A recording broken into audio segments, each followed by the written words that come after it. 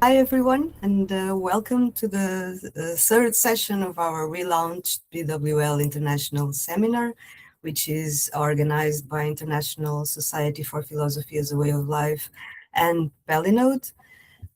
Today, and in substitution of Dr. Eli Kramer, who can't do it today, I have the pleasure to moderate this session, and I'm particularly happy to introduce you to our speaker today, Matteo Stettler.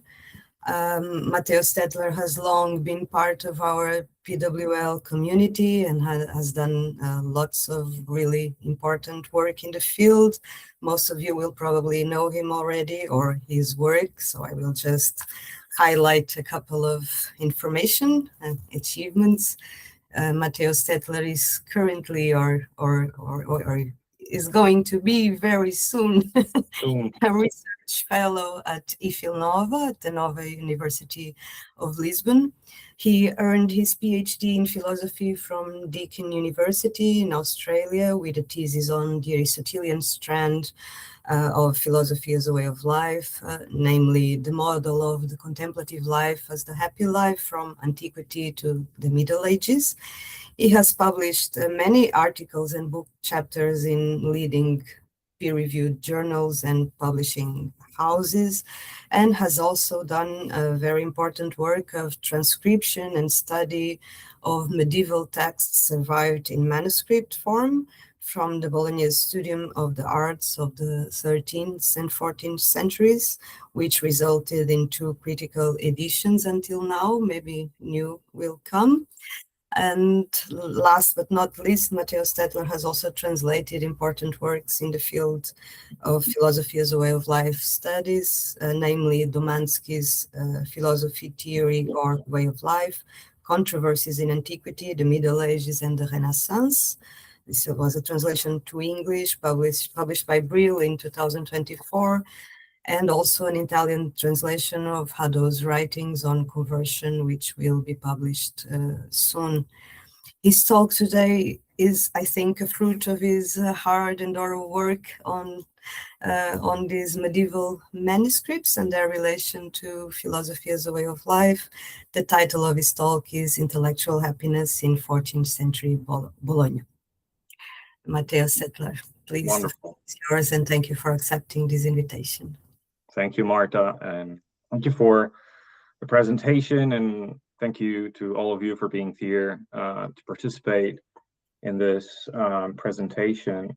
So, yeah, as Marta was saying, today I thought I would close the loop, close this chapter in my research journey and present some of the results of my research at the University of Bologna, where I worked with Professor Costantino Marmo in a collective research group titled Teaching and Learning Philosophy in the Regnum of Italy.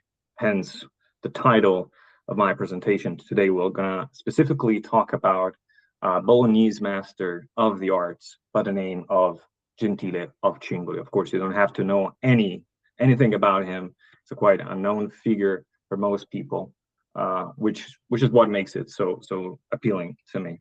All right, so I'll start my clock and we can start. Now, as most of us know, Pierre Hadot's 1981 volume Exercices spirituels et philosophie antique is generally considered the work that opened up this field of inquiry that we call philosophy as a way of life.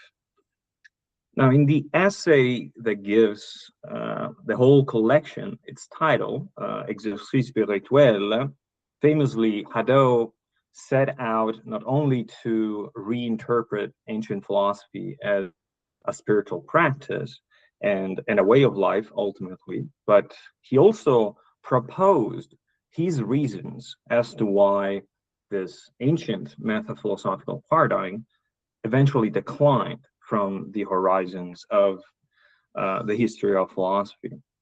As the Italian medieval scholar Gianfranco Fioravanti later observed, Hadot's theses implicated medieval philosophy incidentally but in a rather heavy-handed way, in una maniera piuttosto pesante, he says in the Italian. Though, in fact, argued that the decline of philosophy's transformative role should be attributed to two things. First, the emergence of medieval universities, and second, the rise of scholasticism.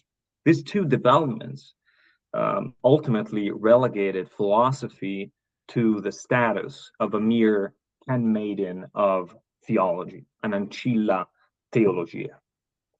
This is all well known. What is less known, however, is that only 2 years after the publication of the first publication in 1981 of Hadot's volume, the Italian scholar Maria Corti published a very influential study by the title La Felicità Mentale, thus inaugurating an interpretative model that would later be used by other scholars to challenge precisely Hadot's thesis on the Middle Ages.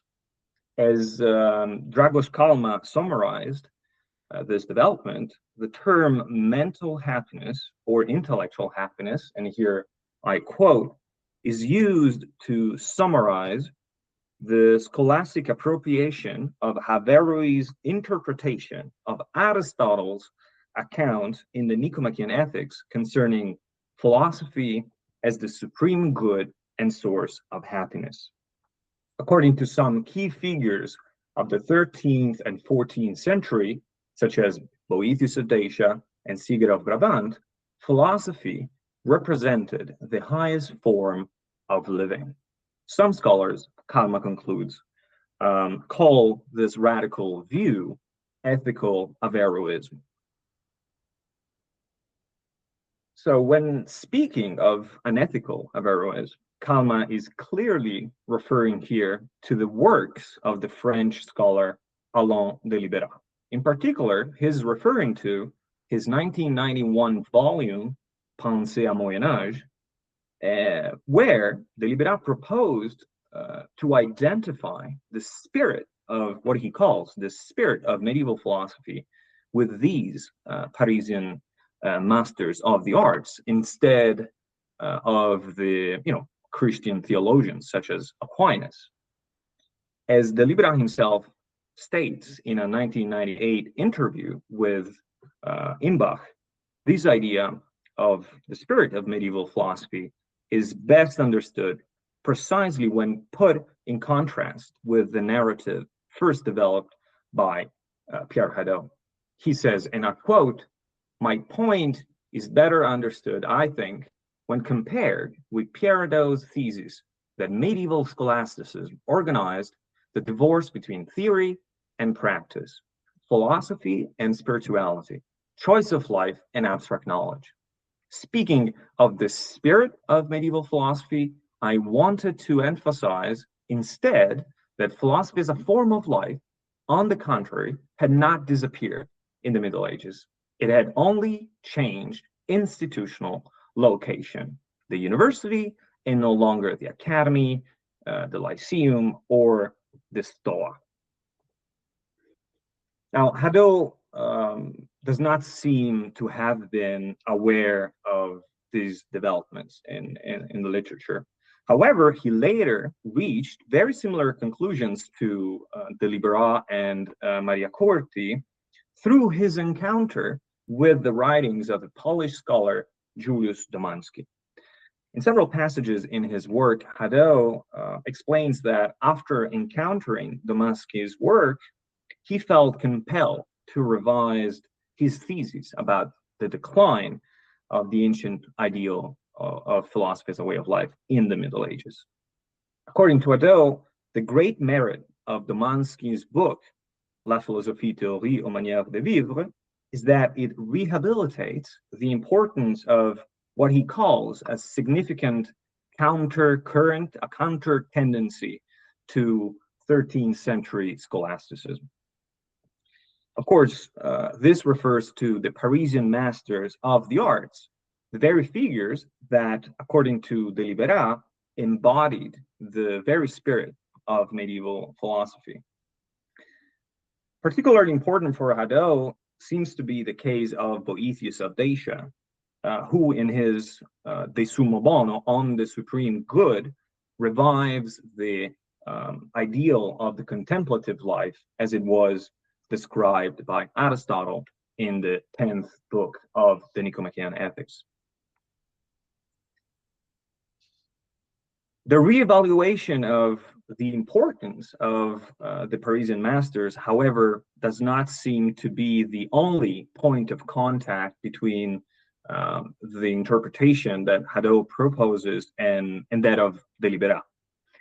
As we can tell from reading this passage from What is Ancient Philosophy, Hadot himself appears to have been persuaded by the Libera's idea that it is only outside of the University of Paris, only in the work of lay authors such as Dante and Meister Eckhart, that the Aristotelian ideal of intellectual happiness that was celebrated by the masters of the arts will reach its fullest and finest expression.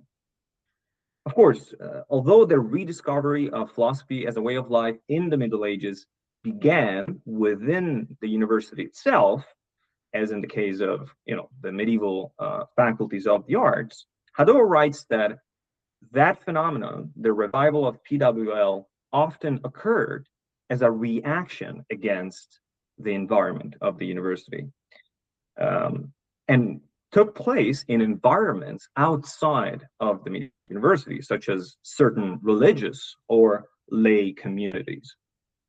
As a matter of fact, the ideal of mental happiness did not remain for long the prerogative of the Parisian masters of the arts. It was in fact soon exported to 13th century and 14th century Italy, also thanks to the work of mediation of scholars, of Italian scholars, who at the time had studied in Paris, such as Gentile of Cingoli, on whom we shall talk today. As we'll see, it is precisely here in Dante's Italy, and especially in the studium of arts and medicine in Bologna, that this Aristotelian ideal of the contemplative life found a particularly fertile ground to develop. But here we face another difficulty, because speaking of intellectual happiness, which is to say, speaking of the contemplative ideal celebrated by Aristotle in the Nicomachean Ethics, in the context of the University of Bologna, and more generally in the context of 13th century and 14th century Italy, has long been considered a futile undertaking. As David Lyons has shown, Aristotle's moral philosophy in Italy at the time was certainly one of the marginal subjects, meaning that its teaching was either left to the personal preference or initiative of the instructor of philosophy, or it was carried out mainly within the schools of the mendicant orders, especially the Dominican order. In the specific case of the University of Bologna, the so-called moral books, the Libri Morales of Aristotle, Nicomachean Ethics, Politics, and the pseudo-Aristotelian Economics, are in fact only recorded among the official teaching texts in the statutes of the university that date from 1405, so at the beginning of the 15th century. As Nancy Siraisi first pointed out, it seems to be significant that two of the earliest pieces of evidence for the circulation and use of Aristotle's ethics in Bologna were both intended for an audience outside of the medieval, of the University of Bologna. Of course, this refers to, first of all, Taddeo Alderotti's vernacular translation of the Summa Alexandrinorum, which was a Greco-Arab compendium of the Nicomachean Ethics, and also to the very famous Quaestio de Felicitate that the Bolognese master Giacomo of Pistoia dedicates to the Italian poet of the Stil Novo, Guido Cavalcanti.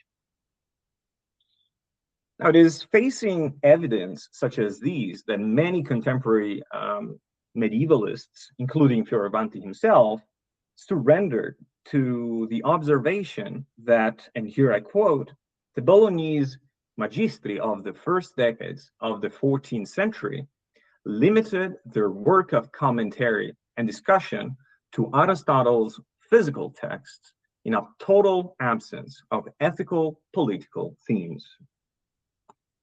However, I think that we should not conclude from everything we've seen so far that ethical actions had no impact whatsoever on the academic activities at the University of Bologna. As recent research has gradually began to show, key ethical themes are in fact scattered throughout the vast corpus of texts that formed the basis of teaching and learning at the studium of arts and medicine in Bologna.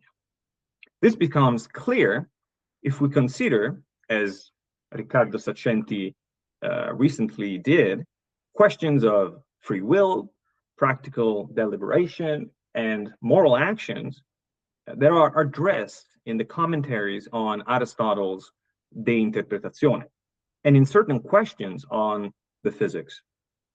But perhaps even more significant in this context are the disputed questions and commentaries on Aristotle's De Anima, in which, as Ghisalberti already noted, quote, one finds a constant revival of the discussion on the connection between human happiness and the speculative life, which developed in Paris in the second half of the 13th century. What I want to suggest today is that the theme of happiness is also discussed elsewhere in the Bolognese context, particularly in a series of texts that, following Bianchi, we might describe as protreptic in character, that is, exhortative. Texts that are aimed at encouraging people to pursue philosophy as a way of life. My analysis will thus focus on a set of texts belonging to this literary genre, which can be traced to the environment of Bologna in the late 13th and early 14th centuries. In particular, I want to take a look at a prologue that the Bolognese master Gentile of Cingoli wrote to his own commentary on a grammatical work, very influential one, by Martin of Dacia, the Modi Significandi, as well as two other closely related texts. Now, the first scholar to systematically draw attention to Gentile of Cingoli and his figure and his works was the German priest Martin Grabmann, whose 1941 study on the Bolognese master also includes, in a very useful appendix, a first edition of several texts by Gentile of Cingoli. More specifically, in that volume, Grabmann edited the prologues of three different texts.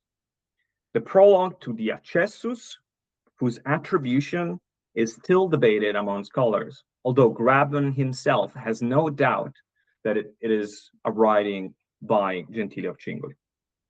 Secondly, the prologue to the Commentarium, which is securely attributed to Gentile of Cingoli. And finally, the prologue to a Sententia super modus significandi by the German master Albertus Zweiblinus, which is said to depend heavily on Gentile's own commentary. So let us begin with the first one of these, the Accessus. Now, like any other accessus auctores, namely like any other introduction to an author or a book, also these accessus to Martin of Dacia's Modi Significandi aims to basically introduce the text by discussing goals, the branch of philosophy it belongs to, and a range of other elements that are meant to support the reader. Here, after a brief epistemological discussion on the cognitive powers of the soul, the text quickly turns to the question of the superiority of the goods of the soul, the superiority of the spiritual goods over the bodily or terrestrial goods. And this is interestingly demonstrated both by reason and, as it often happens in medieval texts, also by appeal to philosophical authorities. Gentile here, first of all, establishes that the goods of the soul are nobler and more excellent than bodily goods. Nobiliora et excellentiora, he says. But then the text takes on a more explicitly exhortative, or in fact, protreptic tone. And it does so by developing a series of claims that closely recall the contemplative model of life, that is, once again, the ideal of intellectual happiness that was celebrated by 13th-century masters of the arts, such as Boethius of Dacia in Paris, but also Giacomo of Pistoia in Bologna. So first of all, the text seems to contain four key ideas. First of all, it condemns those who pursue sensory pleasures. It then proposes that only the philosopher, that is to say, only the seeker of the truth, is truly worthy of being called a human being, of receiving the label of a human being. Anyone else, non-philosophers, are simply relegated to the rank of a subhuman level, practically, to the rank of the beasts. Third, the text advances the view that the highest happiness that is attainable in this life consists in the contemplative activity of the philosopher. And finally, it presents the idea that contemplative activity is an imitation of God's own life. Now, we'll now examine each of these themes in detail in order to assess just how closely a Bolognese master like Gentile of Cingoli followed in the footsteps of 13th-century masters of the arts like Boethius of Dacia in formulating the ideal of intellectual happiness. Let's start with the first theme. The author of the Excessus begins by complaining about the fact that the goods of the soul, whose superiority he has just established, are nevertheless of interest only to a minority, a very small minority of people. Most people, in fact, he notices, instead prefers bodily terrestrial goods like pleasures. And this is the case because of a series of so-called impedimenta, so some obstacles that would prevent them from appreciating the higher value of spiritual goods, of the goods of the soul. And I read now, alas, these goods of the soul are desired by few and surrounded by many obstacles, which some list in detail, but which I omit for brevity, since each person can examine within themselves whether they are subject to any of these impediments, end quote. What's interesting here is that we find a very similar condemnation in the De Summo Bono by Boethius of Dacia. There, the master argues that those people who abandon the goods of the intellect in favor of sensual pleasures, delectationes, have reason to be sorrowful and grieve. And the reason why they should, be sorrowful and grieve is that living this hedonistic lifestyle, they will never get to experience true happiness in this life. What keeps most people, namely non-philosophers, away from what we all naturally desire in a very Aristotelian way, in what keeps most people away from the supreme good, right, is, according to Boethius of Dacia, what he calls a disordered desire, in the Latin, an inordinata concupiscentia, which is to say a misdirected desire. For all, and here I quote, for all men naturally desire to know, but only the smallest number of men, sad to say, devote themselves to the pursuit of wisdom, sapientia. Inordinate desire bars the others from such a good. Now, more generally, the theme of impedimenta and obstacles to wisdom is really a classic motif in this exhortative literature. It appears not only in Dante's Convivio, but also in the well-known, again, Quaestio de Felicitate by the Bolognese master Giacomo of Pistoia. For this very reason, the author of the Accessus, whether he's Gentile or not, chooses to basically leave this topic aside, just as he omits a discussion of the arguments of those who openly declare themselves hostile to the philosophical enterprise. He says in the Latin, again, propter brevitatem supersedio, which roughly translates to for the sake of brevity, right? I'll skip over these subjects for the sake of brevity.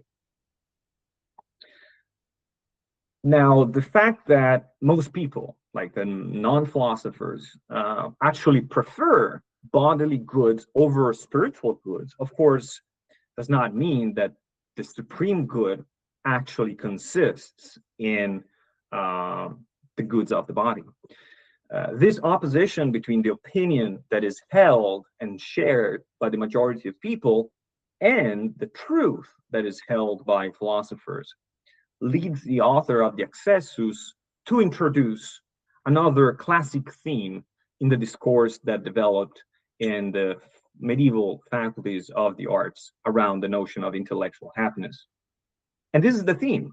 Only the person who dedicates themselves to the pursuit of truth, which is to say, only the philosopher, is truly worthy of being called a human being. Because, again, in very Aristotelian terms, only the philosopher fulfills his or her ergon, right? His or her proper function. Whereas the person who remains ignorant, the non-philosopher, is a human being only in name, only formally. As the author of the text puts it, here drawing on Averroes' commentary on the physics, the term human is predicated of the wise and the ignorant, of the philosopher and the non-philosopher, only in an equivocal sense, equivoce, he says, since the wise person and the ignorant person, the philosopher and the non-philosopher, he says, are as distant from one another as east is from west. Now, this line of reasoning that on the one side really abolishes the distinction between a human being and a philosopher, and on the other reduces non-philosophers to the rank of the beasts, is also found in the De Summo Bono. There, Boethius of Dacia, citing an Aristotelian warning from the Nicomachean Ethics, he himself counts among the beasts, in numero bestiarum, he says, all those who do not devote themselves to the philosophical life, preferring instead the pleasures of the senses. Against these people, the philosopher, I read, protect, are numbered among beasts, and who do not attend to that which is divine within you.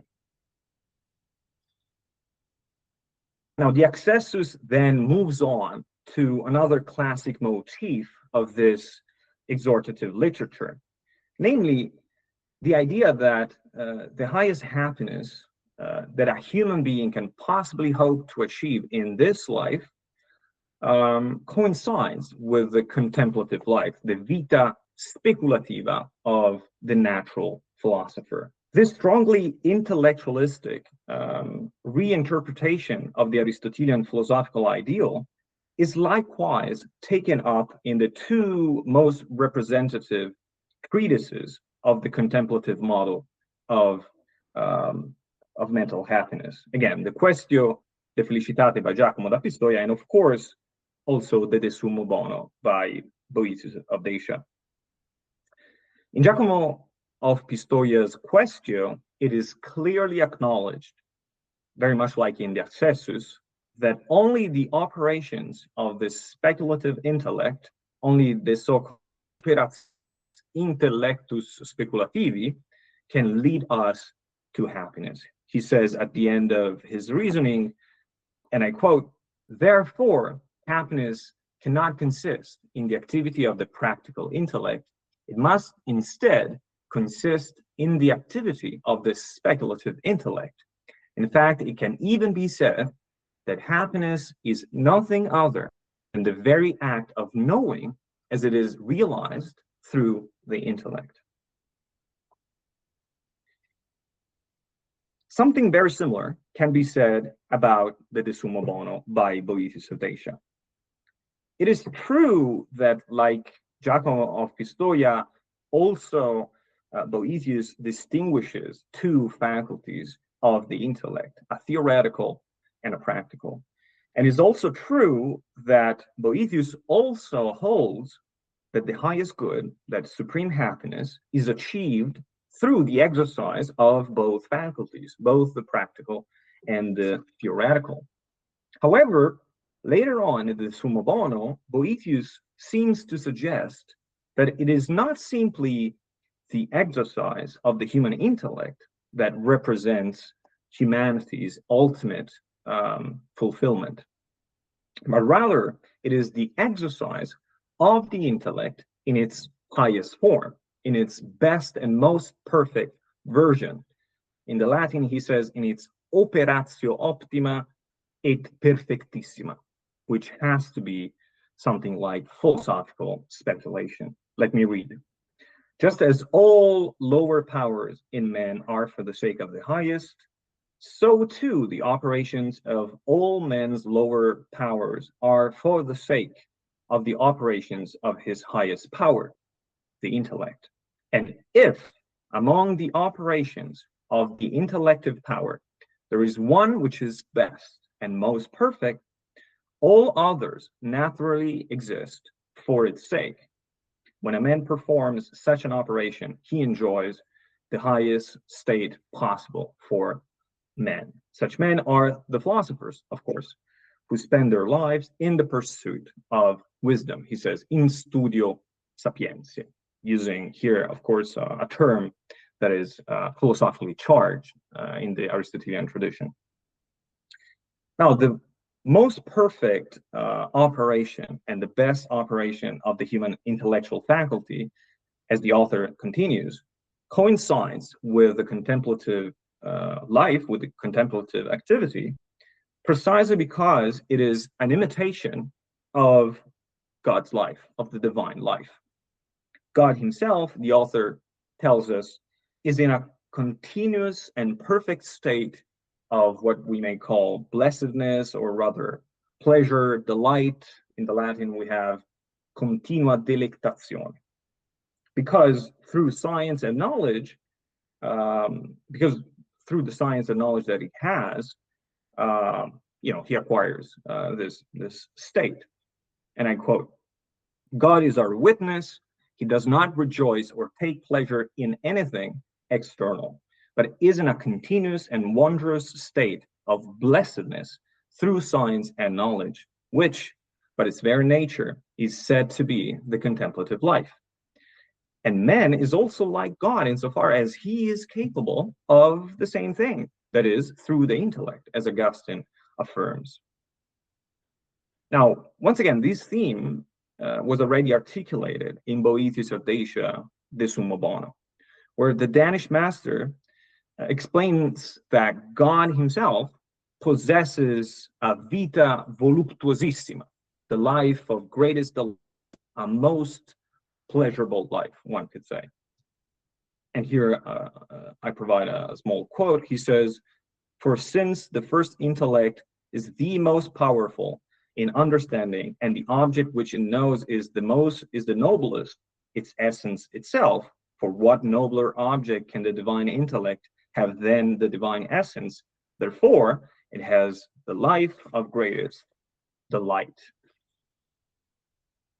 Now, the similarities between the model of intellectual happiness that was celebrated by the Parisian masters and the one found in Bologna are by no means limited to this first text, but they also appear in the prologue that Gentile himself writes to his own commentary. Although shorter and certainly more restrained in tone, the second prologue, which is certainly attributable to Gentile of Cingoli, likewise begins with another Aristotelian insight, namely that every art has its own instrument through which it performs its functions, its operations. Gentile shows from the outset how this applies not only to the productive arts, such as carpentry and construction, but also to natural beings, from celestial bodies down to human beings, and even to the sciences themselves, whether they be theoretical or practical. Just as rhetoric is the instrument which is used by the moral science to guide human beings toward the good and away from evil, Gentile explains, so dialectics, and especially grammar in this case, support the speculative sciences in acquiring knowledge and avoiding errors in the process of truth-seeking.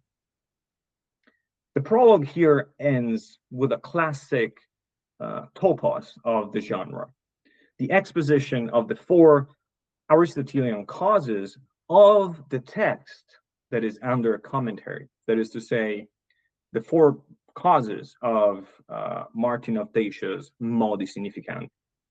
First of all, we have the material cause, which is the modes of significations, which is a technical notion of what scholars call speculative grammar. Then we have the efficient cause of the book, which has to be Martin of Dacia himself.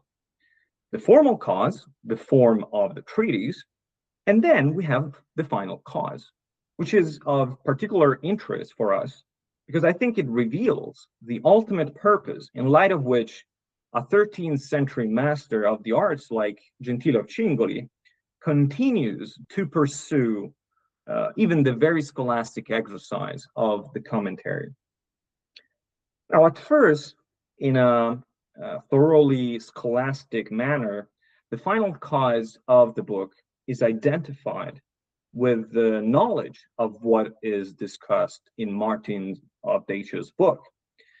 Namely, he says in the Latin, cognitio eorumque hic tractantur. That is, again, the knowledge of signification. However, later on, Gentile changes his opinion. As discussed throughout the prologue, Gentile, in fact, here reminds us that the science of grammar, of which, again, the modes of signification are just a part, does not have its end in itself, but serves always the speculative sciences. And the ultimate aim of the finis ultimus, as he says, of the speculative sciences is, in fact, the knowledge of the most noble and highest objects, namely God and the separate substances, which are typically the subject matter of the science of metaphysics, of first philosophy.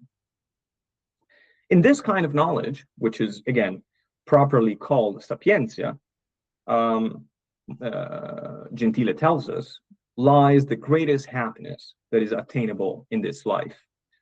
A purely intellectual form of happiness, but a form of happiness nonetheless. Now, it seems here that Gentile articulates grammar itself within a broader conception, the role of grammar within a broader conception of philosophy intended as a way of life. The point of commenting this quite obscure text of grammar and apprehending knowledge about this part of grammatical theory, the point is not knowledge itself, it's not the knowledge of the modes of signification, but the point is supporting the study of metaphysics, which is, again, the source of the highest form of happiness that is attainable in this life. Now, the third and final prologue that we will consider today, although it cannot be attributed to Gentile of Cingoli himself, nonetheless bears his marks, since, as the title of the text indicates, it was composed cum intersignatione notabilium gentilis, that is to say, with the inclusion, with the consideration, or generally taking into account Gentile's own remarks, his own notabilia that were included in his commentary. So it is simply heavily influenced by Gentile's own commentary.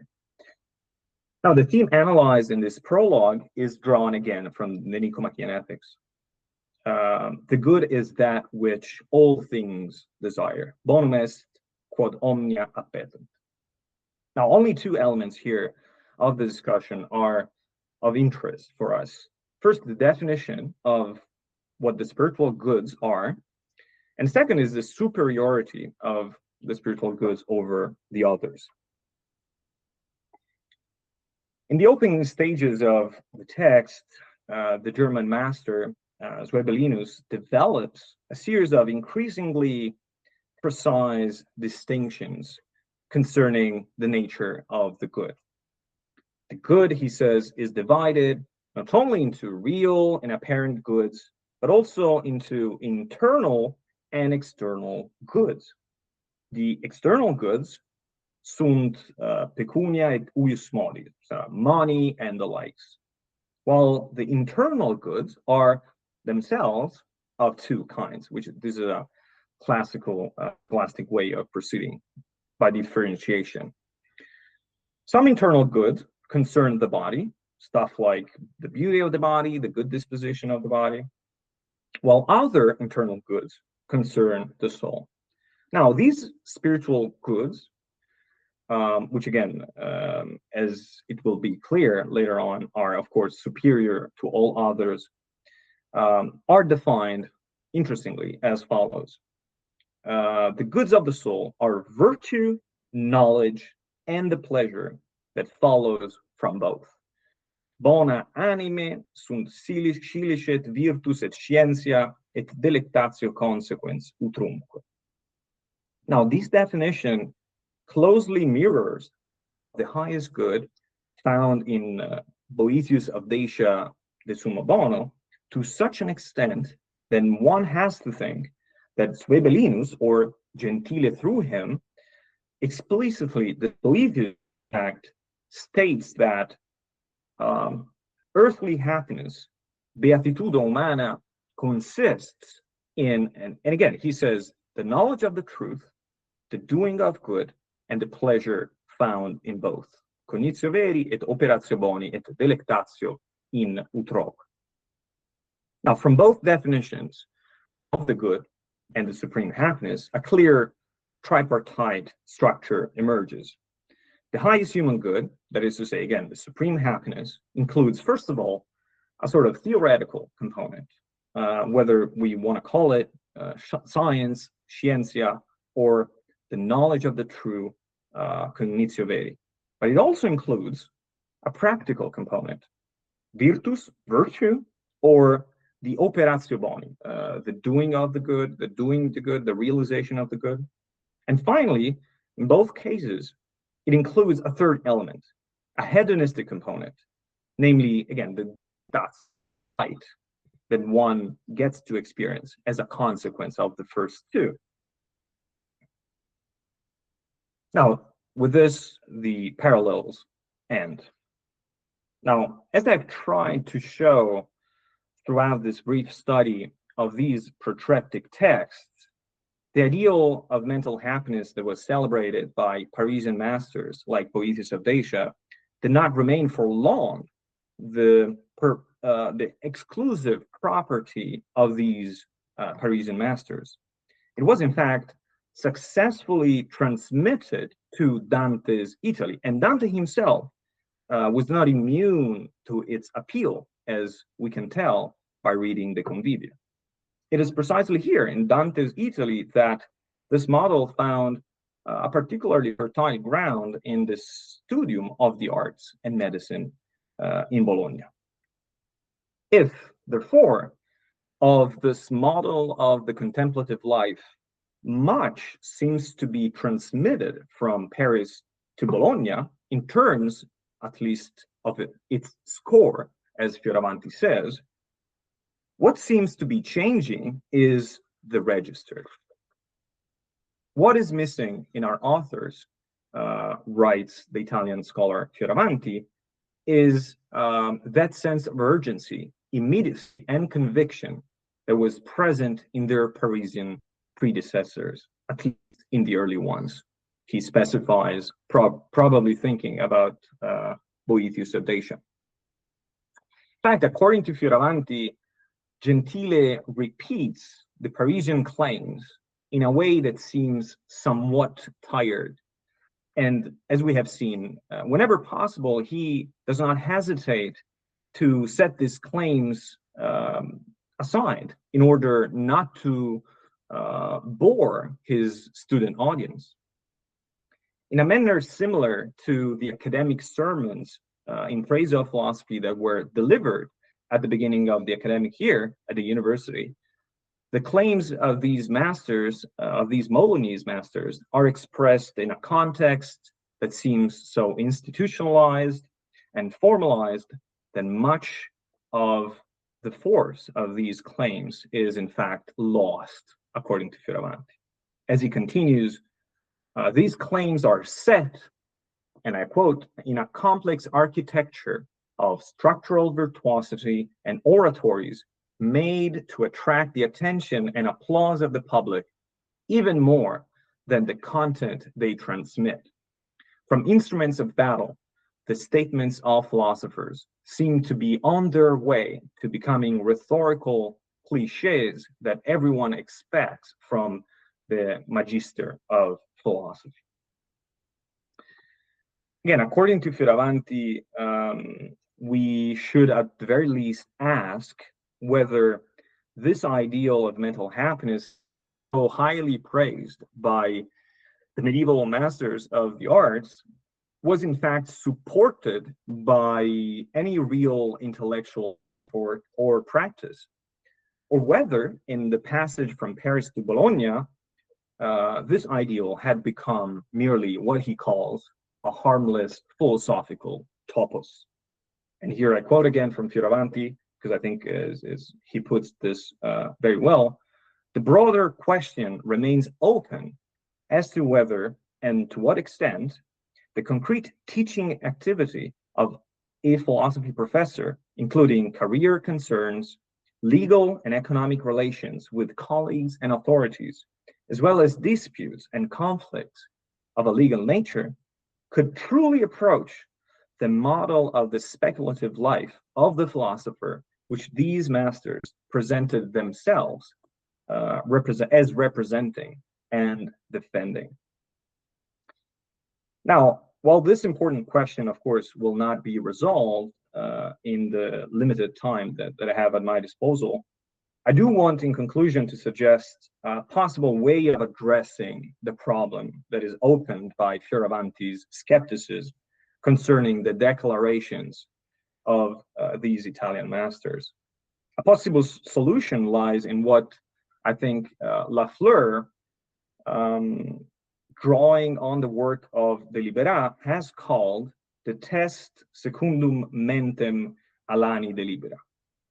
This test offers a kind of structured framework for evaluating whether these masters' discourse on intellectual happiness is grounded in anything like philosophy as a way of life, or whether it functions primarily at the level of self-aggrandizement, self-legitimation, or self-representation.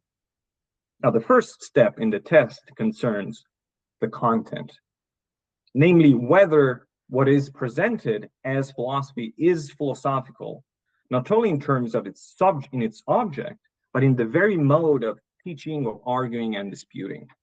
As Delibera stresses, the key question here is whether the activity of the master is philosophical in its modus operandi, not merely in its thematic references.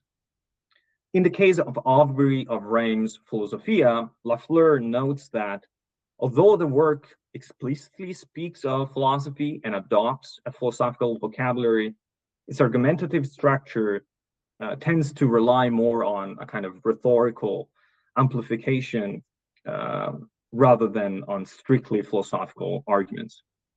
On this level, then the text of Aubrey only partially passes the test.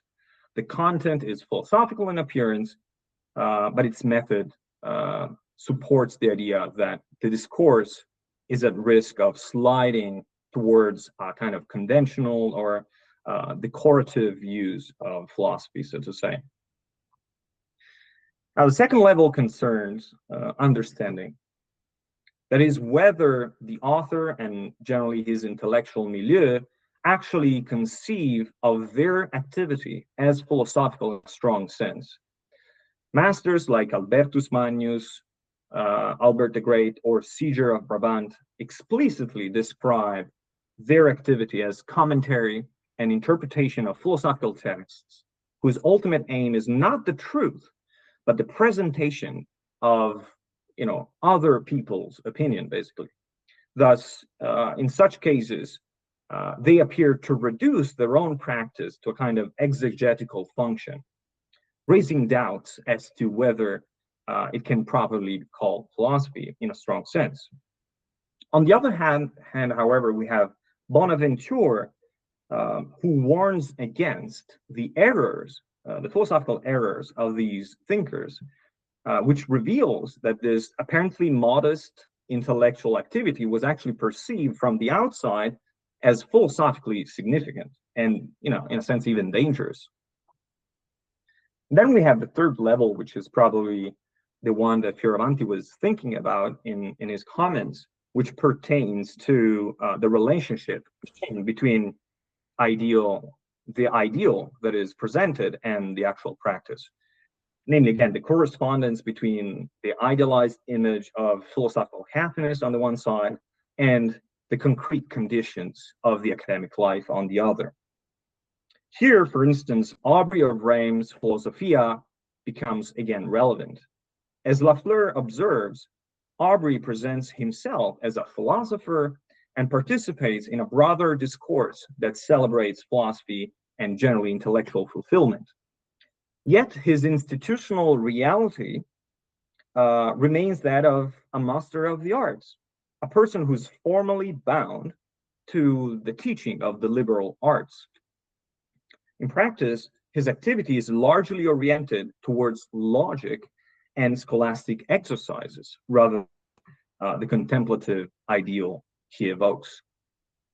As Gautier also remarked, the praise of philosophy in such texts appears significantly out of step with the pedagogical and institutional reality of their time.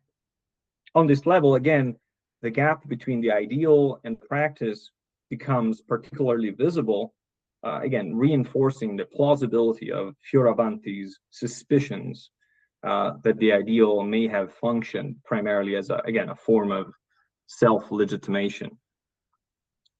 For all its limitation, I think this test can offer a possible way of putting to the test these masters' own declarations concerning their alleged revival of the ancient conception of philosophy as a way of life. Rather than taking such claims at face value or dismissing them altogether as a form of rhetorical self-legitimation, I think this framework can help us make it possible to examine whether and in what sense those declarations correspond to a philosophical practice, whether they correspond to a shared intellectual understanding of the practice, and the institutional reality where that practice is supposed to be taking place.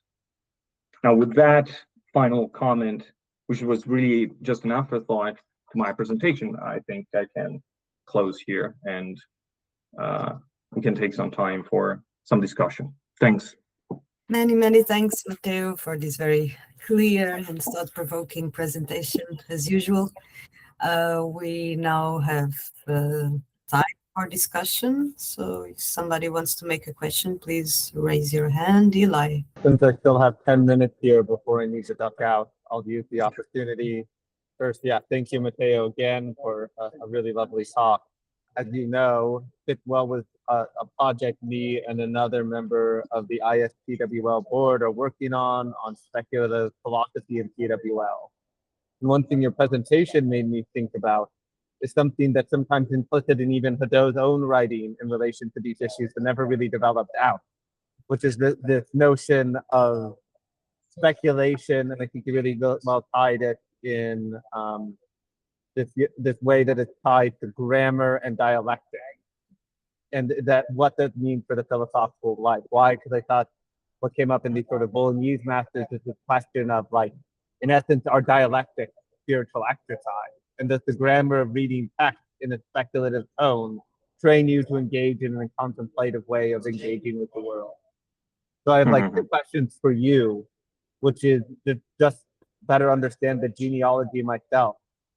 My very novice understanding here is it's that first Boethius that people are taking the word speculatio from, or is this something that comes earlier as a reading of theoria in Aristotle's Politics? In other words, where is this sort of tradition of describing the best life in Aristotle's Politics or describing philosophy actually termed with the term speculation? Because like I was just thinking that the dialectics grammar from the old liberal arts, there's something maybe conglomerating now to have a better sense of that. And then, secondly, just any open thoughts you have about this sort of tension, because I think this is one of the hard issues here, along with the question of Christianity, along with the institutional university. There's something here about, is there a mode of thinking that's a kind of exercise and discipline in yourself, or is it the case that people are saying that's just like, a nice rhetorical and aesthetic experience that feels really satisfying, like when you write a really good paper, but your life hasn't really changed? So just if you have any thoughts about reading these texts, where that sort of, and forward to get, your concluding thought there about what a middle ground would be between those tensions. Because I think, because I think it comes up in Hadot, but he actually, maybe there's more in his French writings, but in the English corpus translated, that hasn't, I know Simone de Agostino is also really interested in this issue. I see the point. I mean, this is quite actually fascinating, I think. And it was, as far as I understand, it was a kind of open question for the masters themselves. Like, one of the most common disputed questions that you confront while reading these texts concerns the status of logic itself or grammar itself, whether in our Aristotelian sense it can be considered a science, first of all, or whether both, again, grammar and logic are simply kind of preparatory disciplines that one has to engage to be equipped with the right mental and intellectual tools to then take on more substantive work in the field of metaphysics and stuff like that. And again, Gentile himself is, I wouldn't say confused, but he advances contrasting proposals when it comes to how we should define even the very status of disciplines like logic and grammar. I think there are several places, here certainly in the prologues, he states that, again, in this case, grammar is just something you have to learn at the beginning of your academic formation to then be able to possibly engage in something like metaphysics and then experience what they consider the highest form of happiness attainable in this life. But in other texts, for instance, Gentile himself adopts a solution that was very common back then, again, a very scholastic solution, saying that logic in particular, in this case, is both, on the one side, a science with its own methodology, with its own objects, and et cetera, and on the other is also, as they call it, modus sciendi. So it's just a kind of heuristic that we can use with any other science, right? Whether it be natural philosophy or metaphysics. So there is a tension there also for these authors. So the textual evidence is that they were trying to figure out the relationship.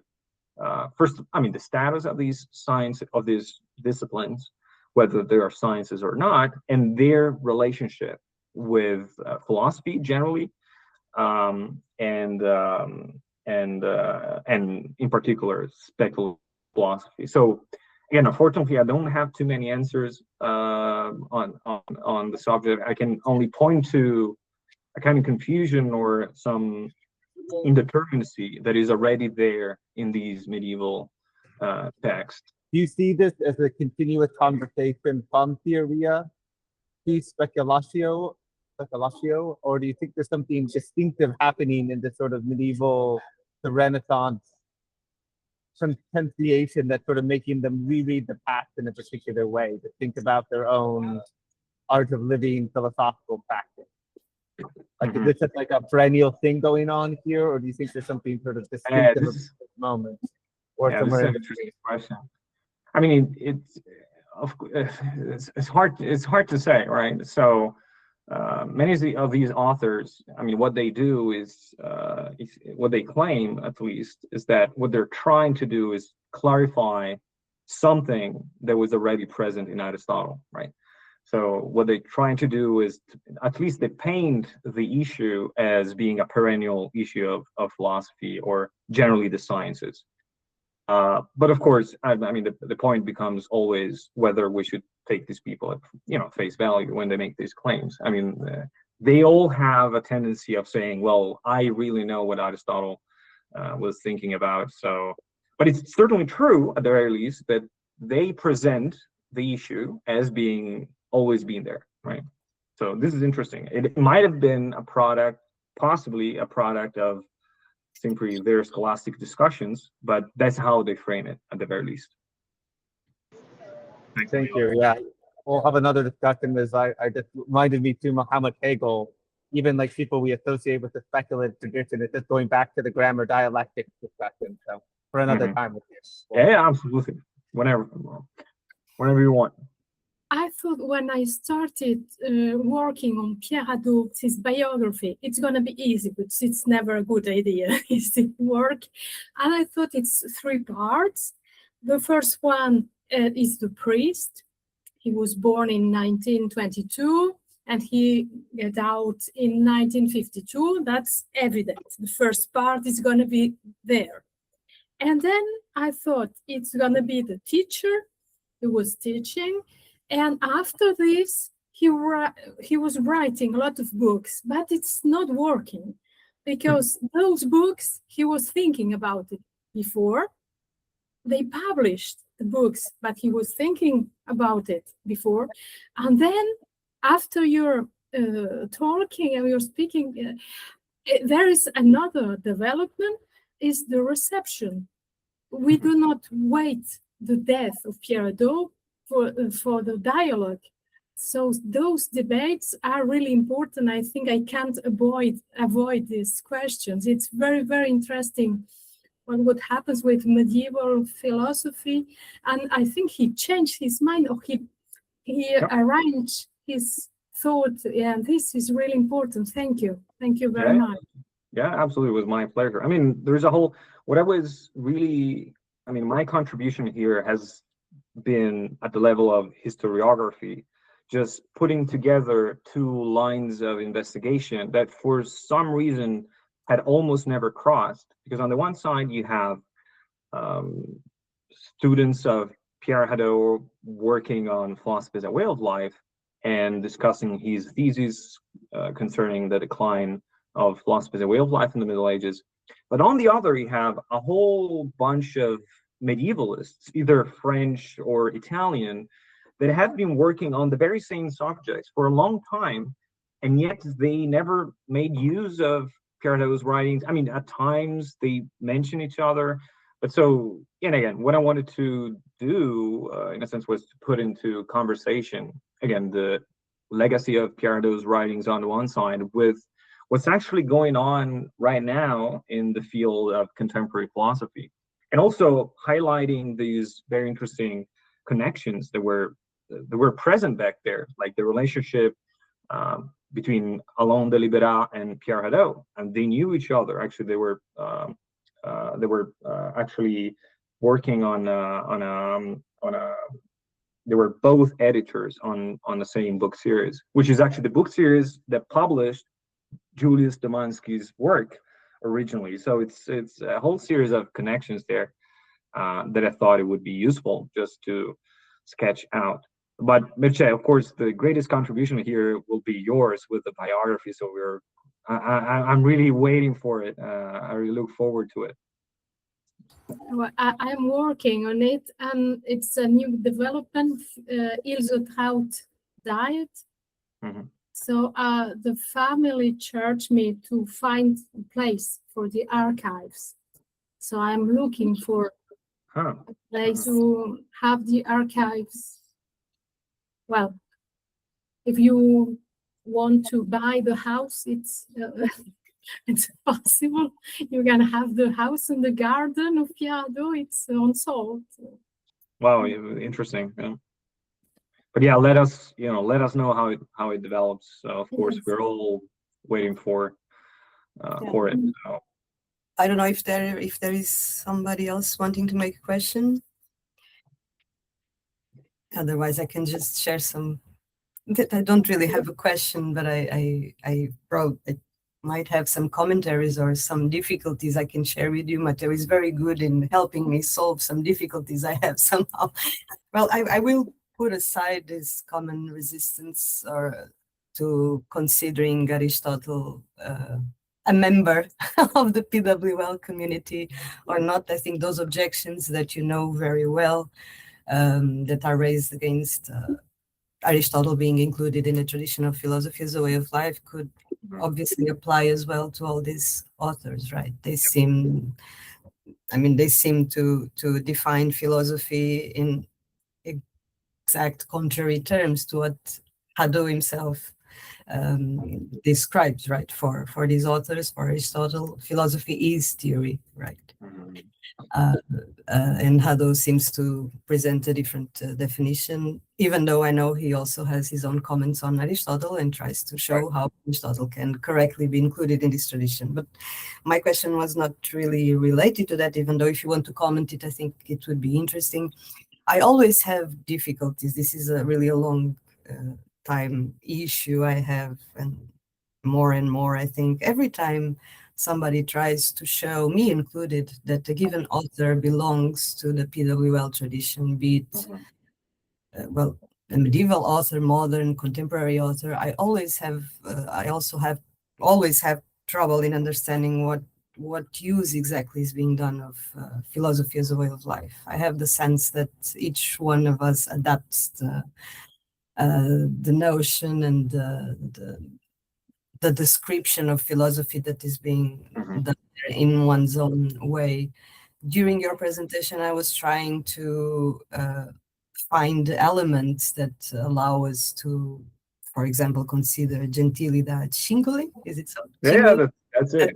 That allows us to consider him through the prism of philosophy as a way of life, and it seemed to me that your main criterion was the fact that there is a certain ideal of happiness, a certain description of happiness, and a certain commendation of philosophy, right? Those seem to be the two main elements. But to what extent isn't this just a theory? I totally share with you those Sorry, just did you find, for example, some kind of spiritual exercise or something that could be equated to a spiritual exercise, or the cosmic consciousness that Hadot also values under the conception of philosophy as a way of life, or how do you understand that? Okay, that's a lot to unpack. But okay, let's start from the first. So I'm not even 100% sure that we should include someone like Gentile of Cingoli among the canon, let's call it, of PWL, which is why at the ending I decided to devote a couple of slides on the suspicions that these medieval scholars have raised, right, concerning the veracity of their intents, right? So, and the issue here, it's interesting because it becomes a matter of, these people are actually claiming that they belong to that tradition, but the point becomes, is it accurate? I mean, are they simply, making these noises with their mouth, let's say, just for to get some recognition of sorts, or is just a rhetorical artifice or stuff like that? And that, of course, becomes a very complex issue. I tried to propose this test that I read about, and that was formulated by Lafleur and on the basis of Delibera's writings, as a possible way out of this conundrum, of this dilemma. So this is all to say that I'm not even 100% sure that, we should consider these authors. For me, it's an open question. It's an interesting possibility, but, unless I see some, more evident, some real pieces of evidence that these people actually performed, the kind of life that they presented themselves as the representatives of, I'm not going to be necessarily convinced. However, there are some elements at the same time that I may have skipped over in my presentation, possibly because I haven't found them in Gentile, but these things are present in 13th-century masters of the arts, which is why, again, also probably Pierre Hadot was convinced that we could point to them as a kind of exception in the narrative that he had developed up until that point. And these elements are, they all concern Aristotelian psychology, because what it means for an Averroist to experience this kind of intellectual happiness, it's actually in its Averroist take, a kind of mystical experience of sorts. Okay, the Averroists were monopsychists, so they believed in the unity of the agent intellect. But actually, when the philosopher gets to experience what they call felicitas intellectualis, is a process whereby our individual, they call it potential intellect or possible intellect, gets informed by this unique agent intellect with the knowledge of the essence of both God and the separate substances. Then you basically become one, because your intellectual, you realize your intellect, your potential intellect is actualized, and that should bring to a sort of ecstatic state akin to a mystical revelation. So, I mean, there are some elements, some that go in the mystical direction, right? But it's true that these elements are mostly present in the Parisian masters, and not even with all of them. Like, not even all the Parisian masters conceive of this kind of union. They actually call it the conjuncto. So the conjunction of the intellects, the personal possible intellect with the agent intellect. So there is this dimension. They call it, again, the conjunction of the intellects. There's this mystical element, but which is notably absent from the Bolognese masters, which again raises more than a question, I think. But I perfectly understand your skepticism, and it's just a difficulty, not necessarily skepticism. I think but it's justified. I think it's justified, and also, again, I'm, in a sense, I don't have anything to gain from considering these people as from including them in the philosophical canon of PWL. For me, it's just an interesting historical case study, and I'm trying to collect pieces of evidence on both sides and see what seems the most convincing in the end. But still, I haven't made up my mind on the topic. Again, I find especially Fioravanti's suspicion quite solid. It's an open question, as he says. There's also this detail that I found interesting, that in the examples you gave, in principle, happiness and truth is equated to God, right? Where exactly? Like in the one I just gave? Well, I'm referring mostly to your presentation and Gentile of Cingoli, right? Yeah, Is right? Well, I just need to pick it up again. But so he's saying is emulation of the divine life, right? And it's an emulation of the divine life, sure. Highest happiness consists in this speculative that's right. life. So there is a direct connection between the happy life, the pursuit of truth, and God. So how do you then, can't this be said to confirm rather than contest Hadot's thesis that during the Middle Ages, philosophy becomes a kind of servant of theology? Or how would you distinguish during this phase the philosophical life from the religious one? Okay, this is all very important. So there's something I haven't actually mentioned, but may be relevant at this point. What's particularly fascinating about the case of the Bolognese masters, the masters at the Bolognese studium, is that there were some important differences between the university in Bologna and the university in Paris. The university in Bologna did not have a faculty of theology until, I think, the second half of the 15th century. So the master of the arts there did not have to compete with the theologians, basically. Did not have to strive and affirm their corporation and their discipline. Really, they did not have to liberate philosophy from the yoke of theology. There was nothing like that.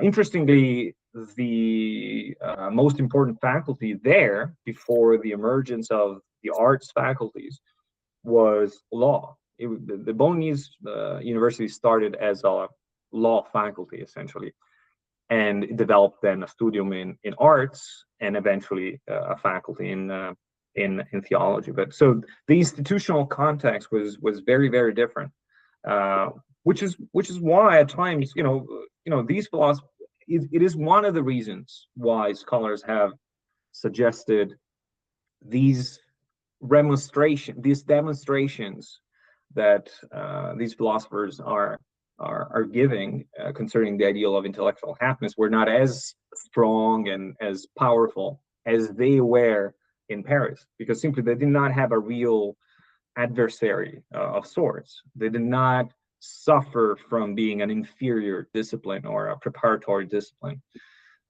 Interestingly enough, again, it's a very peculiar situation because the studium of the arts in Bologna was actually joined with it was a unique studium in the arts and medicine. So Gentile of Cingoli himself was not simply a logician and a teacher of grammar, but he was also he was trained in medicine. And in fact, it's super weird at times when you read his commentaries, he would talk about Aristotle's categories and then offer an example derived from medicine, and starts talking about the Galen's theory of the humors and et cetera, et cetera. But so to go back to your question, so there were some fundamental differences just at the institutional level that I think produced some differences in terms of how the Parisian masters celebrated the ideal of intellectual happiness and how the Bolognese did. But so I think it's a fascinating case study, like a historical case study.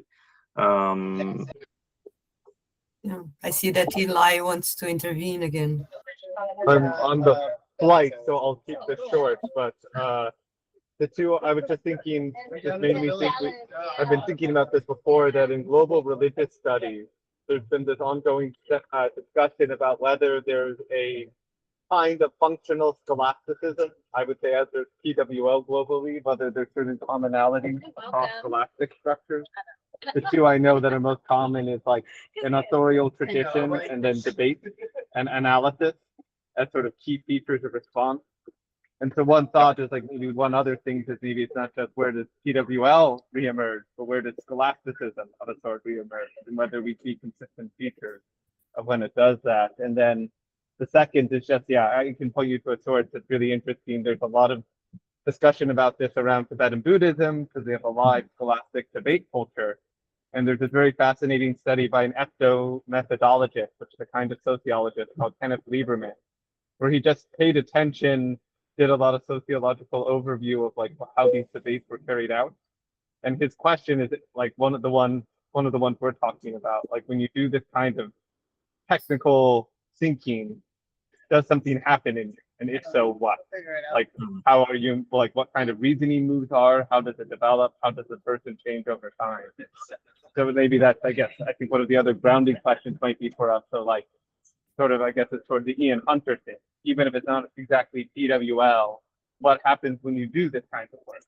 And then think about that in comparison to a more PWL-ish conception, let's say, and see what's distinctive. And I mean, I think you already pointed to that last criteria, some from this character, maybe some interesting correlates and differences, let's say, you know, like a Roman Stoic, about what that might look like. Interesting. Thanks, Eli.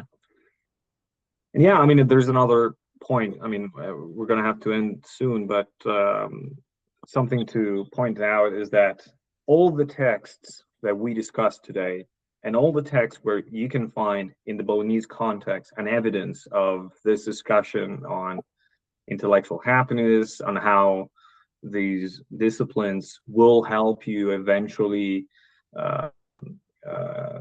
experience, you know, intellectual happiness in your life, etc., etc. All these occurrences happen in texts that are very rhetorically charged, because these are prologues to commentaries, which likely means that either these, and of course, commentaries were how medieval scholars were giving lectures. Right? These are the accounts of classes that actually occurred at the medieval universities. So the prologues were likely things that these masters wrote after, you know, the account of the lecture was published, and it was, you know, prefaced with this prologue, or possibly was just an initial introductory lecture that someone like Gentile of Cingoli gave to give a perspective to his students and give them a reason. Why are we doing this? Why are we going through this kind of training? And he had to, you know, appeal, I mean, to use this discourse to, you know, encourage people, right, fundamentally to go through the course of studies. But it's true, and this may be a point against the inclusion of these people in the canon of PWL, possibly, that nowhere else we find these references. I mean, again, if you then read the commentary, there are very, very few references even to, again, the topics of these commentaries and disputed questions are stuff of logic or grammar, like very specific things. I just wanted to put that out there.